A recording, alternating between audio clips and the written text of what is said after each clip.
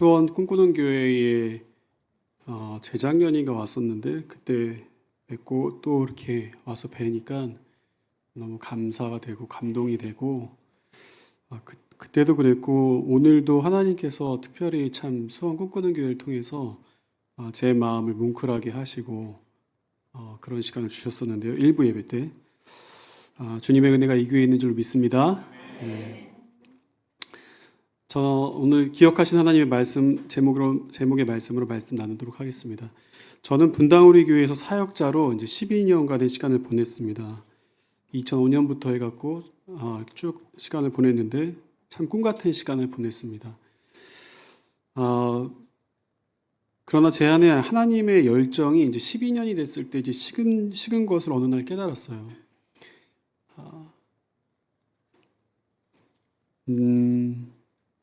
이찬성 목사님이 이제 저희들한테 하셨던 얘기가 이 일하다 죽을 사람처럼 해라 했는데 12년 하니까 죽겠더라고요. 그래서 하여튼 그 12년의 시간이 지났을 때 이제는 내가 열정이 별로 없구나라는 걸 생각이 들어서 죄송한 마음을 가지고 이제 목사님을 찾아뵙고 그리고 목사님한테 이제 제가 하나님 앞에도 죄송하고 목사님께도 죄송해서 사임을 하겠습니다라고 말씀드렸습니다. 그때 이제 목사님이 괜찮다라고 얘기하셨어요. 너만 열정이 없는 게 아니야. 쟤도 없고 쟤도 저 교육자도 없어. 나는 다 알고 있어 라고 얘기했어요. 담임 목사인 내가 열정이 없으면 큰 문제지만 내가 담임 목사 열정이 있으면 괜찮다. 내가 커버할 수 있다 얘기하셨어요. 그래서 계속 사역하라고 얘기하셨는데 그런데도 너 마음에 뭔가 어떤 또 마음에 다른 마음이 있을 수 있으니까 같이 기도해 보자라고 얘기하셨고요. 기도하는 과정 중에서 제가 깨달았어요. 제 안에 하나의 소원이 있다는 걸 알게 됐어요. 그건 다른 게 아니라 제 남은 인생에 온 세상 가운데 일하시는 하나님의 역사하심, 그 일하심을 보고 싶다라는 소원이 있었어요. 왜냐하면은 그 온 세상 가운데 일하시는 하나님의 역사하심을 볼 때 그 큰 그림 가운데서 우리의 그 작은 일상이 어떤 의미인지가 더 명확해질 것 같더라고요. 그래서 하나님 그런 소원을 갖고 있었는데 하나님께서는 그 소원을 이루어 주셨고 저로 하여금 국제 동원 선교사가 되게 하셨습니다. 그래서 세계 여러 나라들을 다니면서 방문하고 또 선교 사역할 수 있는 기회를 주셨어요.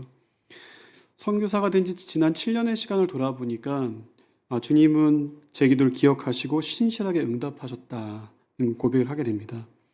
사랑하는 여러분, 하나님은 어떤 하나님이십니까? 하나님은 기억하시는 하나님이십니다. 그래서 첫 번째 함께 외쳐볼까요? 약속을 기억하시는 하나님.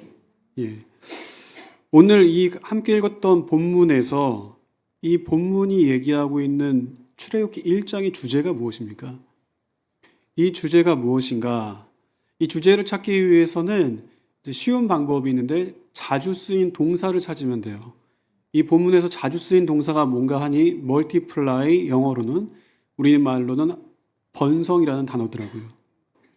한번 말씀을 넘겨주시겠어요? 번성이라는. 그래서 다 읽으셔도 됩니다. 그래서 이렇게 또 번성하여 퍼져나가니 그리고 그 백성이 번성하고 매우 강해지니라. 자, 보세요. 창세기 50장에 야곱이 70명의 가족을 데리고 이집트로 왔어요. 이집트에서 출애굽할 당시의 인구가 200만이 넘는다고 학자들이 얘기합니다. 하나님이 왜 그런 일을 허락하셨을까? 사랑하는 여러분, 그거는 하나님이 한 사람, 그 아브라함이라는 사람에게 약속하셨던 것 때문 아니겠어요? 그 약속이 뭔데요? 우리 창세기 12장 2절 3절 말씀 한번 읽어볼까요? 시작. 내가 너로 큰 민족을 이루고 내게 복을 주어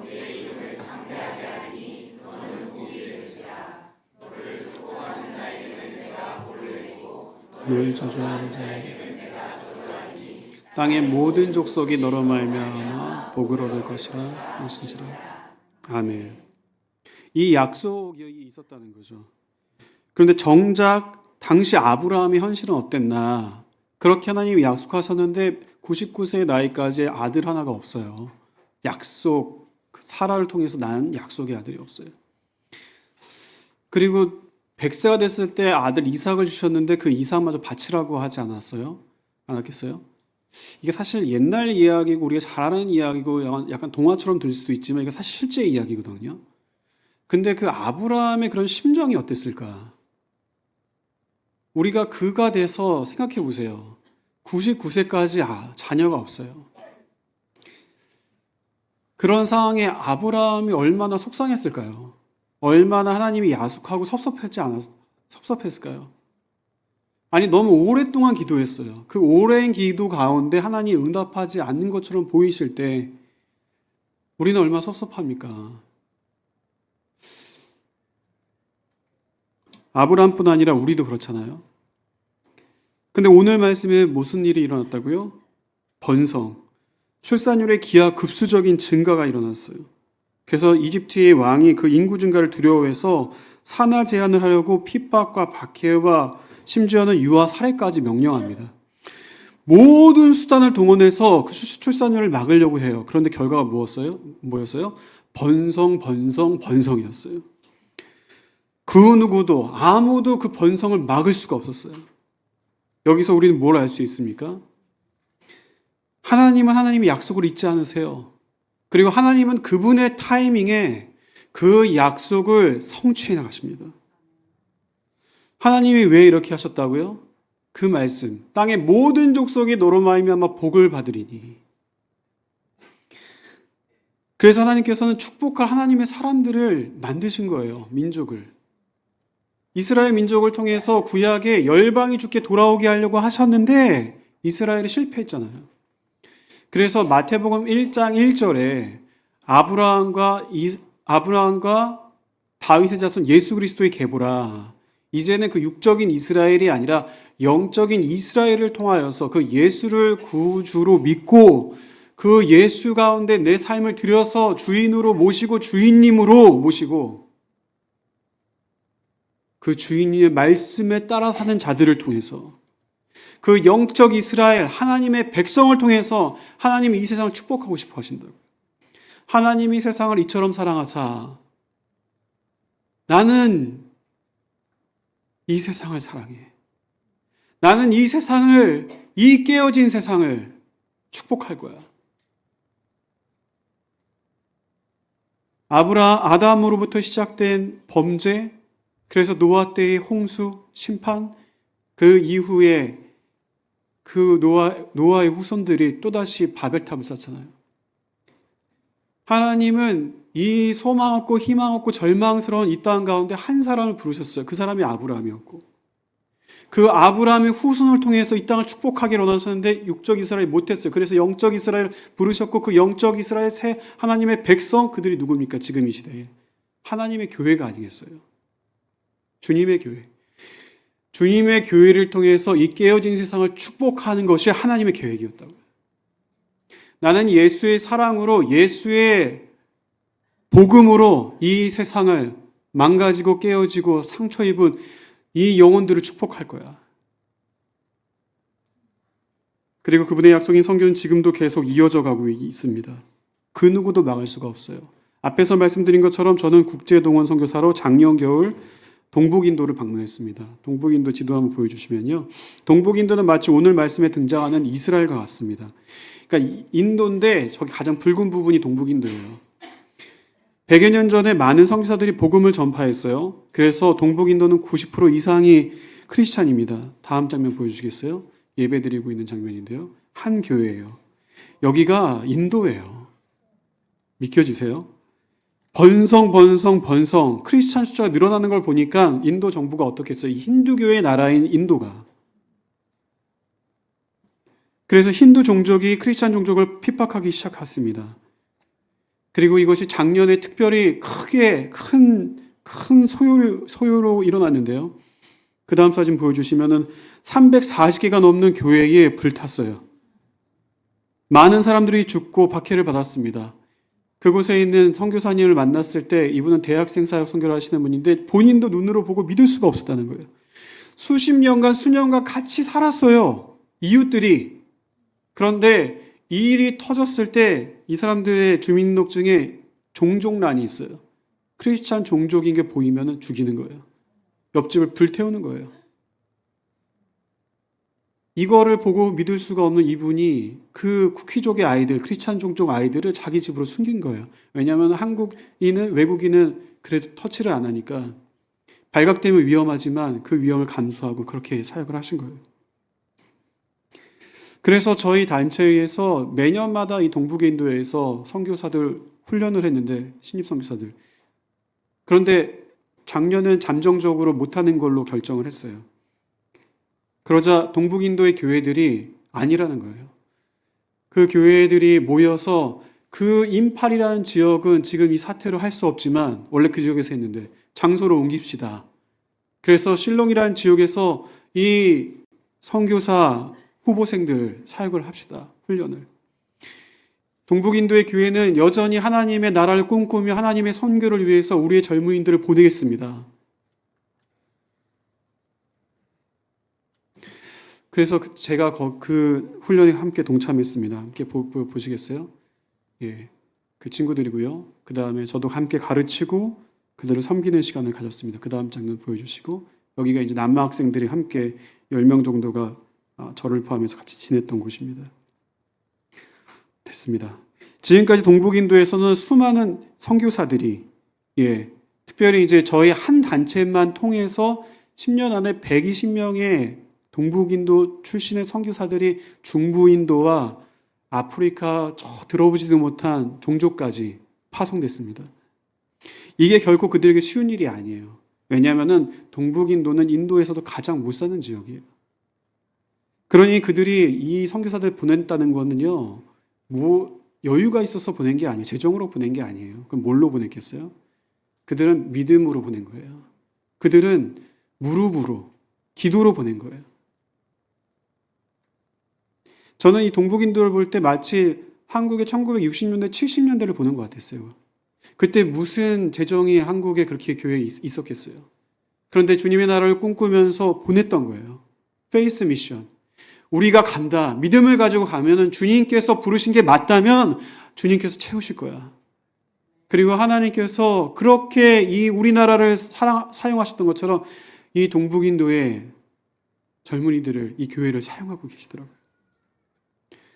저는 동북인도를 통해서 하나님의 역사가 이루어져 가고 있는 장면을 보는 듯 했습니다. 그런가 하면 작년 가을 인도네시아를 방문했습니다. 사실 저는 인도네시아를 잘 몰랐습니다. 인도네시아 지도를 한번 보여주시면요. 저희 단체에서 국제동원 파트에서 인도네시아가 많은 선교사들을 파송할 수 있는 가능성이 있다고 해서 리서치 겸 동원 사역으로 인도네시아를 방문했습니다. 여러분 아시듯이 인도네시아는 전 세계 가장 큰 무슬림 국가입니다. 중동이 아니에요. 가장 큰 무슬림 국가는 인도네시아고 인구 2억 3천에 2억이 무슬림이에요. 거기에서 무슨 선한 게 나올 수 있나 이렇게 생각했는데 2억을 볼 때는 그런데 3천만을 보니까 3천만이 크리스찬인 거예요. 우리나라가 과거에 크리스찬 숫자가 높았을 때가 이제 1,000만을 좀 넘었는데 그 3배의 숫자가 거기 있더라고요. 제가 거기에 한 신학교를 방문해서 말씀을 전하는데 제가 놀라운 얘기를 들었습니다. 그 신학교 학생들 4학년이 되면요, 이 4학년 학생들이 인도네시아 전역으로, 거기 인도네시아 300개의 소수 종족이 있는데 그 전역으로 가서 복음을 전하고 교회 개척 사역을 하고 그렇게 선교를 한다는 거예요.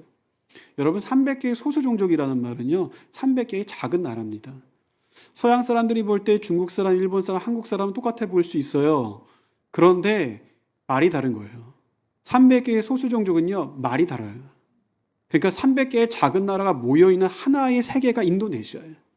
가보니까 중국 사람처럼 생긴 사람, 필리핀 사람처럼 생긴 사람, 파푸아뉴기니아에서 온 사람, 이게 그냥 인도네시아 사람이에요. 거기에 복음을 들고 그렇게 가더라고요. 그때 제가 말씀을 전하기 전날인데 하나님께 기도했습니다. 하나님, 정말 인도네시아를 선교의 다음 주자로 세우시겠습니까? 그러면 저에게 확신을 주십시오. 설교자가 확신을 가지고 말씀을 전해야 되지 않겠습니까? 그때 청년 집회에 참여를 하게 됐어요. 그 청년 집회에 참여를 하는데 제가 그 기도를 하고서 이 친구들이 찬양을 드리는데요. 주님 다시 오실 때까지 찬양하는 거예요. 주님 다시 오실 때까지 찬양하는데 제가 이게 무슨 일이야? 그 사진 한번 보여주시겠어요? 이 친구들이 한국말로 주님 다시 오실 때까지 찬양하는 거예요. 아니 인도네시아 공용어도 아니라 영어도 아니라 왜 한국말로? 다른 집회에 갔을 때도 주님의 높고 위대하심을 주님의 높고 위대하심을 내 영혼 한국말로 찬양하는 거예요.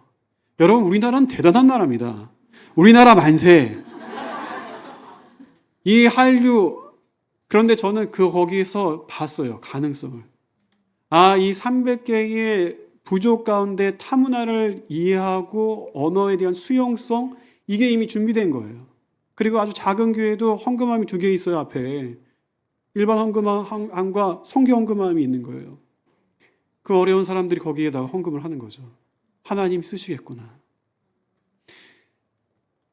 그리고 난 다음에 말씀을 그래서 담대히 전할 수 있었습니다. 그 다음 장면을 보여주시면요.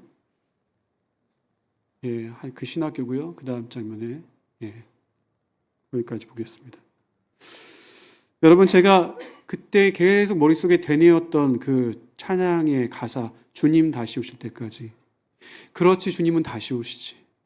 주님은 다시 오신다고 약속하셨지. 하나님은 시건치 않으시지. 시건치 않으시는 하나님. 그렇다면은 세상이 뭐라고 할지언정 주님은 다시 오실 거야. 불확실한 세상, 전쟁과 재난의 소문이 난무한 이때에도 웨이메이커, 길을 만드시는 주라고 우리말로 번역됐는데 그 찬양의 가사처럼 그는 보이지 않아도 느낄 수 없어도 그분은 일하고 계시네. 그는 결코 멈추지 않네. 하나님의 선교는 여전히 이루어져 가고 있습니다. 이 사실을 믿음으로 바라보시는 저와 여러분이 되시기를 주님의 이름으로 축복합니다. 두 번째입니다. 하나님은 온 세상을 향한 약속을 기억하시는 동시에 함께 외쳐볼까요? 한 개인을 기억하시는 하나님. 다시 한번 한 개인을 기억하시는 하나님. 네. 감사합니다. 오늘 이 본문이 참 흥미로운데 15절 말씀 같이 한번 읽어볼까요? 15절입니다. 시작. 애굽 왕이 히브리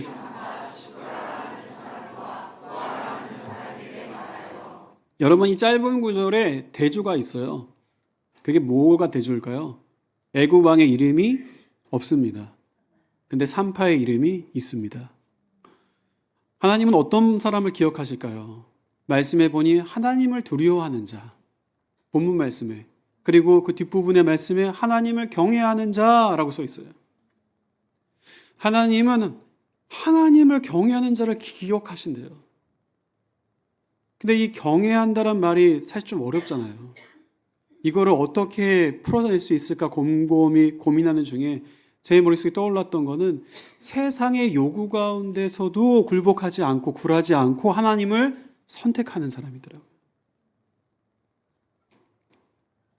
하나님은 그들을 기억하십니다. 여러분 참 흥미롭지 않습니까? 오늘 말씀의 묵상이 산파라는 거예요. 산파. 이 당시 출애굽할 당시 200만이 넘었는데 애굽 왕이 민족의 대표 그룹이 있지 않았겠어요? 그 대표를 부른 게 아니에요. 그 리더십 그룹을 부른 게 아니라 산파를 불렀다는 거예요. 이게 시사하는 바가 무엇일까요? 무엇이겠어요? 무명의 그리스도인이에요. 여러분과 저같이 무명의 그리스도인. 그런데 하나님을 선택하고 그래서 하나님의 형상의 아이들을 죽이지 않고 자신의 위협 가운데서도 그 주님을 선택했던 사람들을 주님이 기억하신다. 출애굽기 1장 20절 말씀 하나님이 그 산파들에게 은혜를 베푸시니 세상에는 무명한 자 같으나 유명한 자요 죽은 자 같으나 우리가 살아있고 이 바울의 고백 하나님이 말씀하시는 것 같아요. 너희들은 무명하지 않아. 너희들은 나에게 유명해. 여러분 저는 이 말씀을 묵상하면서 이 산파 같은 한 사람이 떠올랐습니다. 그의 이름은 수만입니다. 이수만 아닙니다. 네팔 사람 수만인데요. 이 친구는 제가 필리핀 신학교에 있을 때 만난 친구입니다. 앞에서 말씀드린 것처럼 전 동북 인도 선교사 훈련 사역을 다녀오면서 선교 동원 차원에서 인근 국가인 네팔도 방문했습니다. 그 네팔 사진 한번 보여주시면요. 그 다음 장면 보여주시면은 그 다음 장면 보여주시고요. 이 네팔은 보니까요 성지순례 장소더라고요. 힌두교의 성지순례, 불교의 성지순례가 네팔이에요. 그러니까 공존하고 있는 거예요. 네팔의 사원, 힌두교의 사원과 불교의 이 우상이 같이 공존하고 있어요. 그 다음 장면 보여주시겠어요? 거기 보니까 이 출애굽기 말씀에 나온 것처럼 금송아지를 섬기잖아요. 힌두교니까. 거기서 예배를 드리고 앞으로 가면요. 그 사원에 그 사제가 나오는데요. 정말 딱 도둑놈처럼 생긴 사제가 나와요. 딱 봐도 알리바바 40인에 나오는 그 도둑놈이에요. 그래서 거기에서 돈을 내면은 이마에다 발라줘요. 근데 굉장히 성의 없게 발라주는데 아주 지저분하더라고요. 제가 보니까. 근데 제가 이걸 보는데 너무 화가 나. 이게 다 제가 찍은 사진 몰래 찍었어요. 근데 제가 너무 답답한 거예요. 어떻게 이렇게 인간이 우매할 수 있나. 그래서 제가 막 이 감정을 주체를 못하겠어요.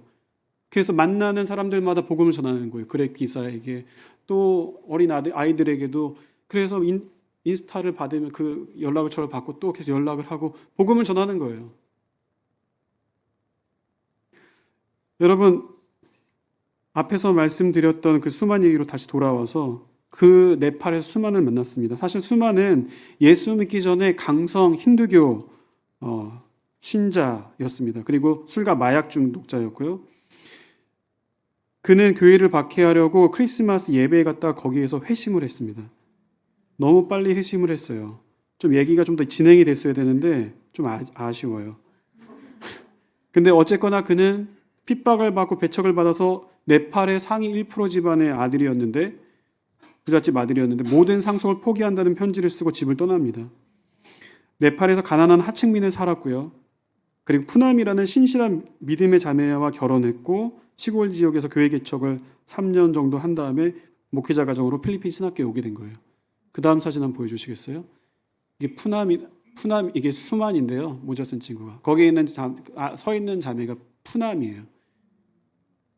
푸남네 교회에 잠시만요. 그래서 이게 돌을 던지러 와갖고 자기에게 돌을 던진 남자하고 사랑에 빠져갖고 결혼을 한 거예요. 제정신이 아니에요. 하나님의 은혜죠. 제가 필리핀에서 만난 수만은 정말 남루하고 초라하게 그지었어요. 이게 거의 7년 전 사진인데요. 근데 이 딸 하빌라가 거기서 이제 아이를 낳는데 폐렴에 걸렸어요. 그래서 발을 동동 구르면서 어찌할 줄 모르더라고요. 병원비가 없으니까. 그러니까 저희가 아이를 이제 필리핀에 있는 병원에 데려가고 거기 응급실에서 치료를 하니까 링겔을 맞고 그러니까 이제 안도를 하더라고요. 그런데 다시 이제 또 발을 동동 굴러요. 병원비를 충당할 수가 없어요. 그래서 하나님께 기도했습니다. 하나님, 이 제3세계에서 친구들이 스포일되지 않도록 그 디그니티를 잃어버리지 않도록 이거를 참 지혜롭게 도와야 되는데 어떻게 해야 될까요? 그랬더니 하나님이 무슨 소리냐, 지금 사람이 죽어가는데 당장 도우라는 마음을 주셨어요. 그래서 모든 거를 다 서포트하고 이제 돕고, 그리고 이제 그 이후에도 이제 도왔습니다. 1년, 2년의 시간을 도왔습니다. 근데 이 수만이 학교로부터 통보를 받았습니다. 그 뒤에 이제 학교를 떠나라는 거예요. 왜냐하면은 등록금을 못 낸 거죠. 사실 학교에 뭐 장학금 뭐 제도도 있고 해서 어떻게 될지를 지켜보고 있었어요. 근데 결국은 한 학기를 남겨놓고 떠나게 된 거예요. 그래서 이제 제가 무슨 중간에 누군가가 돕지 않을까 이제 그걸 지켜보고 있었는데 결국은 그렇게 떠나게 되고 저와 저희 아내의 마음이 안 좋았고 같이 기도하면서 이제 한국의 한 교회를 연결시켜서 수만을 오게 했습니다. 근데 뭐 비행값이 비싸니까 혼자 온 거죠. 근데 이게 화근이었어요. 왜냐하면 마약 중독했던 친구들은 이 부작용이 있어요. 그래서 정서적인 지지가 있어야 돼요. 부인과 딸이 정서적 지지를 했던 사람인데 이 두 존재가 없으니까 너무 힘든 거예요. 디프레션, 우울증이 시작되는 거예요. 그래서 이 친구를 어떻게 해서든지 격려해서 다시 이 과정을 마치도록 만나면서 그 시간을 보냈는데 한 달인가 3개월인가를 남겨놓고 저희가 타 지역으로 잠깐 나갈 일이 있었어요. 그때 일이 벌어졌습니다. 수만이 술을 마약은 구하기가 어려우니까 술을 왕창 먹고 학교 옥상 꼭대기에 올라가서 자살을 시도한 거예요. 다행히 수희 아저씨가 붙잡았고 학교가 발칵 뒤집혔어요. 그래서 그 교수님들이 이제 미국 선교사, 뭐 뉴질랜드 선 이런 분들이 계신데 그분들이 막 우시면서 또 학생들 같이 울면서 우리가 사랑이 없었다고 수만 우리가 미안하다고 막 그리고 난 다음에 그 전후 사정을 타 지역에 있던 저에게 전화가 왔어요. 전해 주셨고 수만을 바꿔줬어요.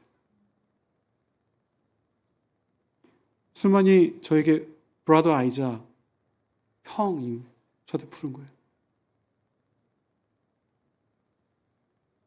나 안 될 것 같아. 나 너무 내 부인과 내 딸이 보고 싶어.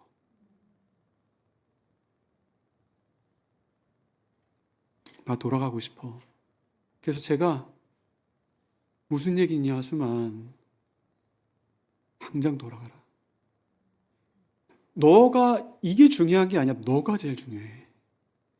이게 중요한 이 학위가 뭘 그리 중요하겠니? 너가 제일 중요한 거야. 괜찮아. 괜찮아. 그리고선 주변 분들에게 얘기해갖고 얼만큼의 이제 재정을 같이 보태서 돌려보냈어요. 타 지역에 돌아오니까 학교 기숙사에 오니까 수만이 없는 거죠. 제가 마음이 허전하더라고요. 그래서 하나님 그렇게 수고하고 사랑했는데 이게 결과인가요? 하나님에 대한 실망감이 저에게 찾아오더라고요. 그리고 한 5년간의 시간 동안 가끔 연락이 왔는데 그렇게 적극적으로 연락을 안 했었어요. 그리고서 이제 네팔을 가니까 연락을 한 거죠.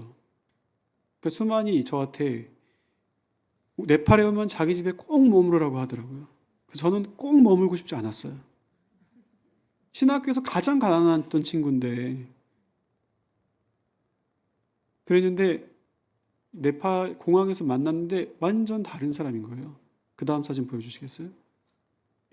너무 밝아진 거예요, 수만이. 건강해지고 그리고 차가 있는 거예요. 여러분 차 있으세요? 네팔에 차 있으면요 좋은 차는 아니었지만 넉넉한 거거든요. 무슨 일이 있었니 얘기를 들어보니까 네팔에 돌아와서도 힘든 과정 시간들을 거쳤는데 하나님이 아버지의 마음을 바꾸신 거예요. 그래서 아버지가 얼마큼의 재정을 줘서 집과 차와 교회를 시작한 거예요. 그래서 교회 사진 보여주시겠어요? 여기에서 눈 감고 있는 어린 아이가 이제 시각장애인인데 절망과 희망이 없는 그 영혼들과 함께 그리고 말한 것처럼 마약과 알코올 중독으로 깨어진 가정에 있는 사람들 전도하고 모아다가 함께 예배를 드리고서 예배를 드리고 있는 거예요. 제가 거기에서 함께 말씀을 나눴는데 그렇게 마음이 벅차더라고요. 이뿐 아니라 이 로컬에 있는 목회자들, 지역 목회자들을 모아다가 이 네팔은 지금 많은 부흥을 하나님이 허락하셨는데 이 베이스가 이제 힌두교이기 때문에 영적인 거는 있는데 그런데 이 견고한 기초가 없는 거예요. 그래서 제자 훈련을 도와달라고 어떻게 해야 되는지 저와 함께 그 로컬 목회자들, 지역 목회자들 제자 훈련을 도와주기로 했습니다. 그 푸남은 또 이제 여성 사역을 꿈꾸고 있고요. 하나님이 하신 일이 놀랍더라고요. 근데 그날 첫날 저녁에 이제 같이 이제 매일 가정 예배를 드린대요. 그리고 저희 아내가 선물했던 어린이 영어 성경책을 가지고서 읽으면서 또 가정 예배를 드렸는데 그리고 이제 돌아가라고 이제 같이 잠잘 시간이었어요. 근데 안 가고 제 앞에 앉아 있는 거예요. 그래서 왜 안 가냐? 했더니 할 얘기가 있대요. 무슨 얘기인데? 했더니 I'm so sorry. 나 미안하다. 그리고 나를 용서해 줄 수 있겠냐? 무슨 얘기를 하는 거야? 형이 나를 이제 영어식 표현이니까요. 그렇게 기대해 줬는데, 그리고 내 딸을 살려주고, 걔는 내가 그 기대에 부응하지 못해서 돌아온 거가 너무 미안했다고. 괜찮아, 나 다 잊어먹었어. 근데 그 얘기를 안 가고 똑같은 얘기를 계속해요. 20분을. 이제 그만 가. 막 이러면서 이제. 돌아가고 난 다음에 제가 뭔가 먹먹한 거예요, 마음이. 제 마음에 있던 어떤 한쪽에 있었던 그 응어리진 마음, 그 실망감, 하나님 그걸 그 순간 녹이시는. 그리고 아버지, 제가 이제 얘기했어요. 나 너네 아버지가 만나보고 싶다. 그래서 이제 아버지도 이제 제가 보고 싶다 그래갖고 이제 만났어요. 그래서 아버지를 만났더니 어떻게 마음을 바꾸실 수 있었습니까? 했더니 얘는 그래도 제 아들입니다. 그래서 제가 믿는 예수님, 그리고 제가 믿는 그 하나님 아버지가 계신데 그 아버지가 당신처럼 좋은 아버지이십니다. 제가 기도해드려도 될까요? 기도해달라고 얘기하시더라고요. 손을 잡고 같이 기도해드렸어요. 그러니까 우시더라고요. 그때 사진을 찍었어야 되는데 못 찍어 사진을 보내달라고 했어요. 그 사진 한번 보여주시겠어요? 근데 이런 사진을 보내왔어. 잘 웃으시는데 하여튼 예, 저는 이 과정을 또 보내면서 한 가지 이야기가 떠올랐는데 수십 년 전이었어요. 한 여인이 남편이 급작스럽게 죽었어요. 그리고 5명의 어린아이들을 데리고서 이제 먹고 살 일이 막막해요.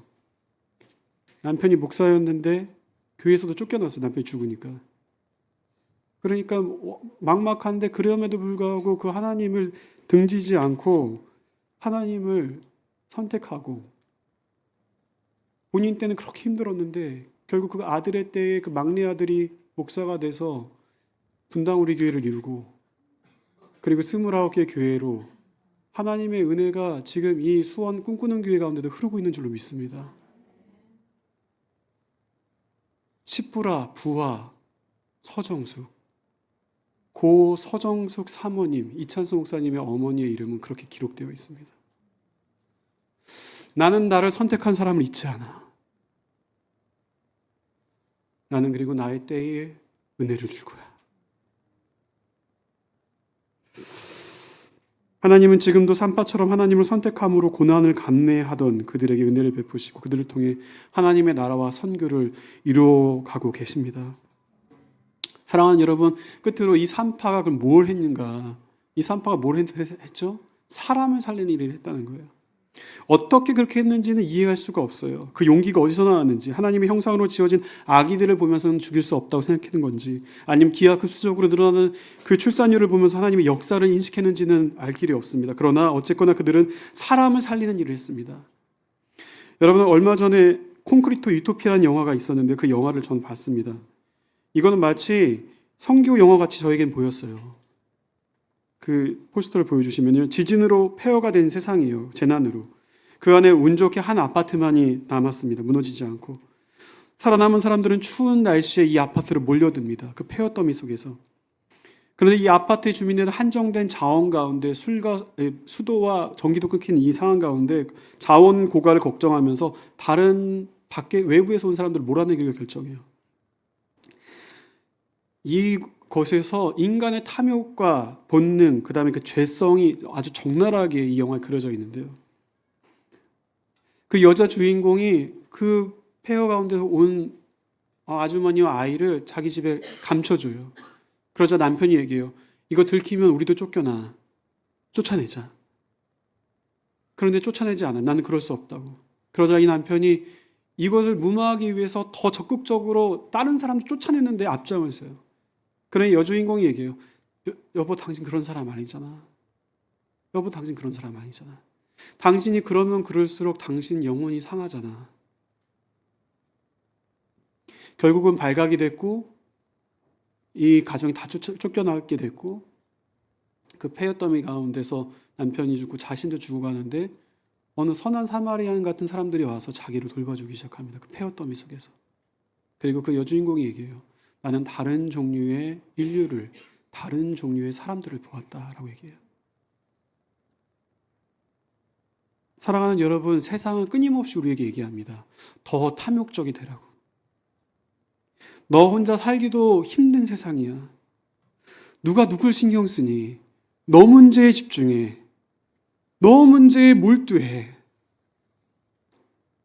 그래도 살뚱말뚱이야. 그렇잖아. 세상은 끊임없이 얘기하는데 하나님께서는 이렇게 얘기하세요. 너희 눈을 들어라. 너희 눈을 들어서 온 세상 가운데 역사하는 나의 성교를 바라보면서 너 주변에 있는 너의 이웃을 돌아봐라. 하나님의 형상으로 지어졌지만 죄로 인해서 가슴 아파하고 쓰라려 하는 그 영혼들을 살려내라. 나의 백성들아, 나의 이스라엘아. 로마서 5장에 바울이 얘기하죠. 아담으로 죄가 들어왔는데 새 아담이신 예수 그리스도를 통하여서 새 인류가 나타났다고. 새 다른 종류의 인류, 새 인류는 바로 주님의 백성들, 하나님의 교회, 여러분과 저입니다.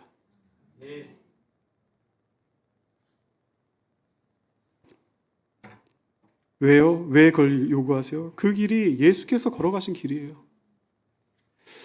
우리 마지막으로 이 두 가정을 소개해드리고 마치도록 하겠습니다. 이 첫 번째 가정은 한국계 미국인인데요. 사진 보여주시면은 미국인들이 부러워하는 학위를 가지고 있어요. 그래서 자매는 이민교회 한인교회 목사님 딸로 자라면서 너무 힘들었어. 약사 시험이 통과돼갖고 이제는 탄탄대로고, 형제는 유타주의 가장 유명한 비즈니스 그 대학을 졸업한 친구. 대학 때 예수를 믿고 이 형제는 같이 단기 선교 여행을 갔네요. 중국에. 그렇게 수없이 들었던 예수 그리스도의 이름이 미국에서는 발로 차일 정도로, 이 중국의 소수 종족의 예수의 이름을 들어보지 못했던 사람들이 있다는 거에 충격을 받아갖고 선교사로 나온 거예요. 이 두 사람의 이야기도 저에게 뭉클했지만 그 아버지는 현재 나이 80, 그 당시 저희가 작년에 만났을 때 80이었는데 40의 나이에 아들을 봤어요. 아버지가 어머니보다 조금 더 믿음이 있으시대요. 그러니까 선교 나간다고 하니까 어머니는 말리시면서 어딜 가냐고. 근데 아버지는 눈물을 흘리면서 보내시는 거예요. 저 그 아버지를 생각할 때 그렇게 눈물이 나더라고요. 눈에 넣어도 아프지 않은 그 손주들을 보내면서.